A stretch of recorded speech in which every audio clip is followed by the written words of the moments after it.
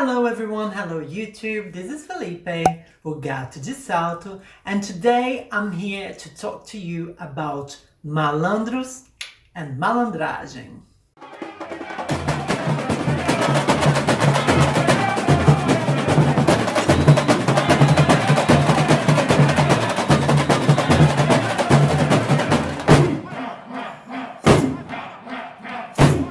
Okay everyone, welcome back to my channel.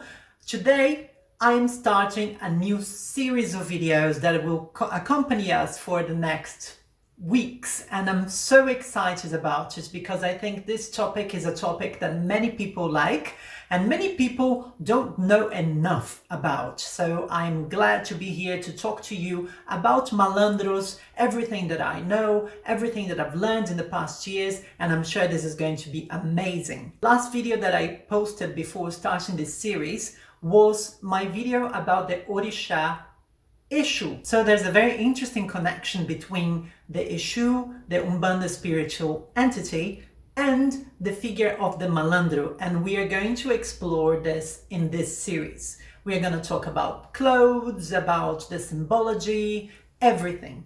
And today we are going to start by having a look at the word malandro. What does it mean? Where does it come from? And what exactly does it represent in Brazilian carnival scene, in Brazilian society? So back in the day, and I mean a long time ago, when Rio was still the capital, there was a writer, a very famous writer and poet called Machado de Assis.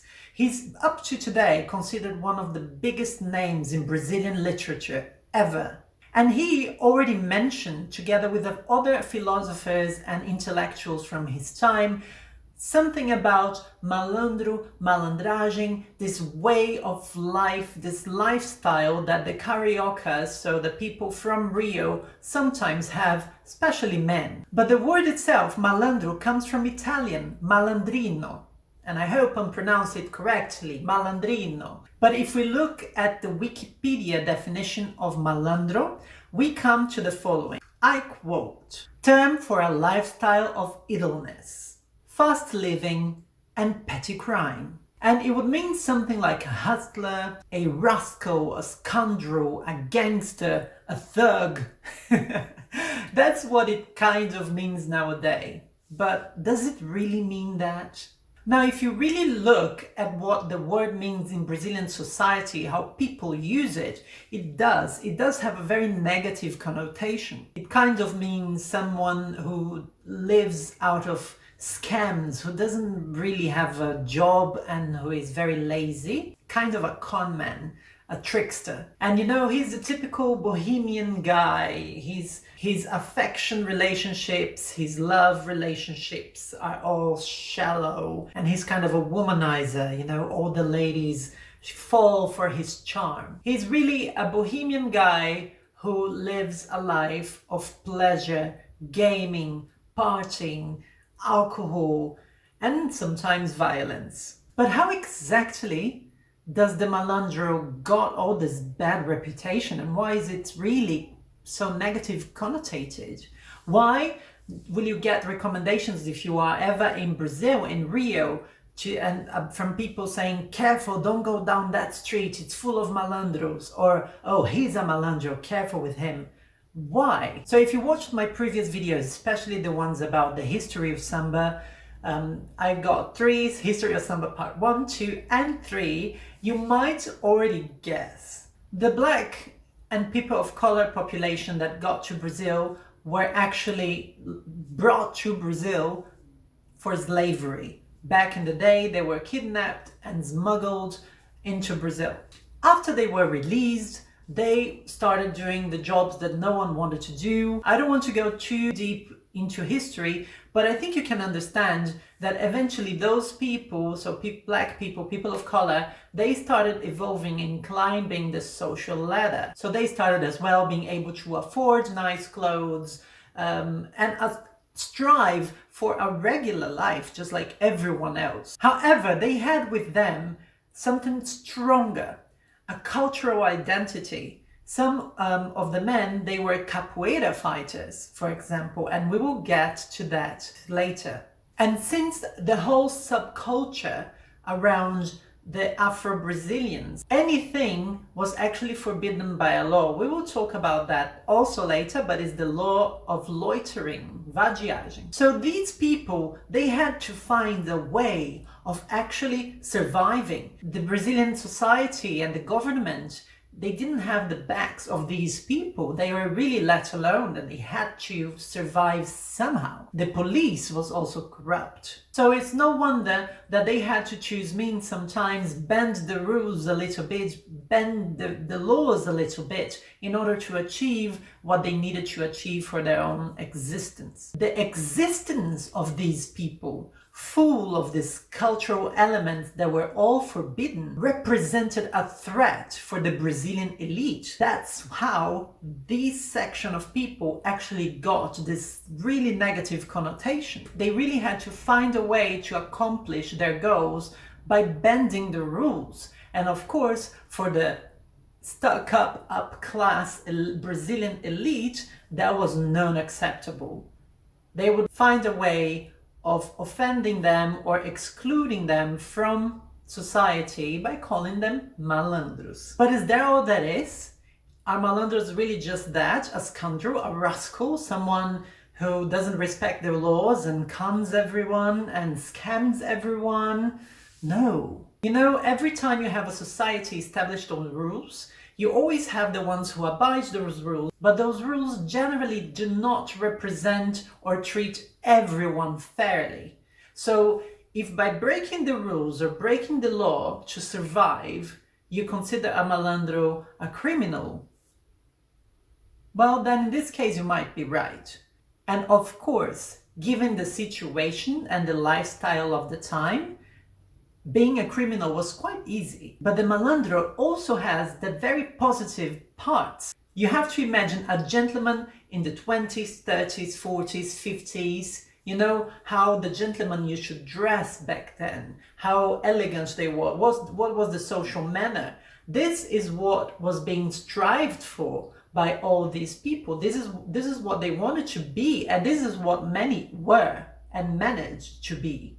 So you had people who were extremely elegant, extremely well polished and polite, but they also lived in a different part of town. They not necessarily were as rich as the elite, so they had to find a way of living. They would live in the red light district, in the city center. They would live out of gambling. You know, gambling is also something that is very associated to the malandros, especially a kind of illegal gambling that we have in Brazil. I don't know if it exists in any other country of the world. It's called Jogo do Bicho.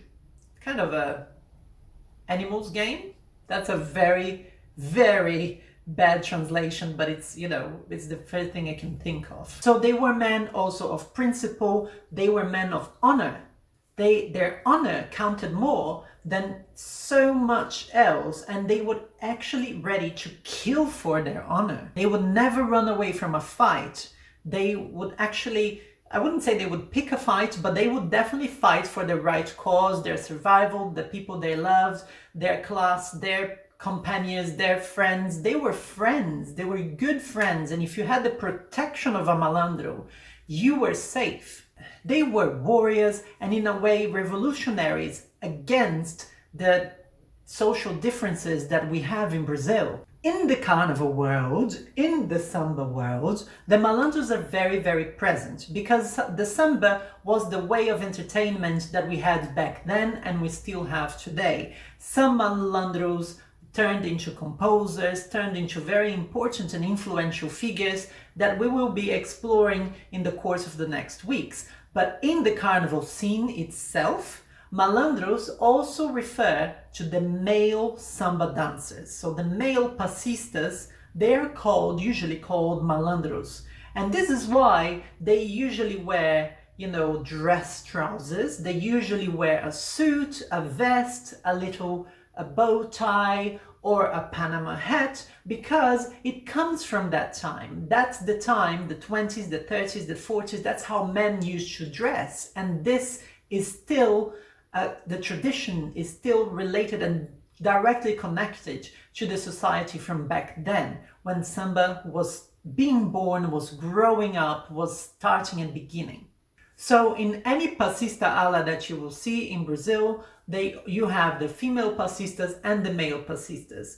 The female passistas are usually called cabrochas or mulatas, which is a pejorative term. I would not recommend you to use that term. Cabrocha is actually the companion of a malandro, and the male passistas are malandros. So even if you find the style, the dance style of male passistas, or the masculine samba dancing style, is called malandro style. And it's different. It's very different in many, many different aspects that I can show you, also through the help of videos of friends that are amazing malandros. You will see that the posture is also very open and erect, but rather bent forward. The center of gravity is different between men and women when analyzing the samba on itself.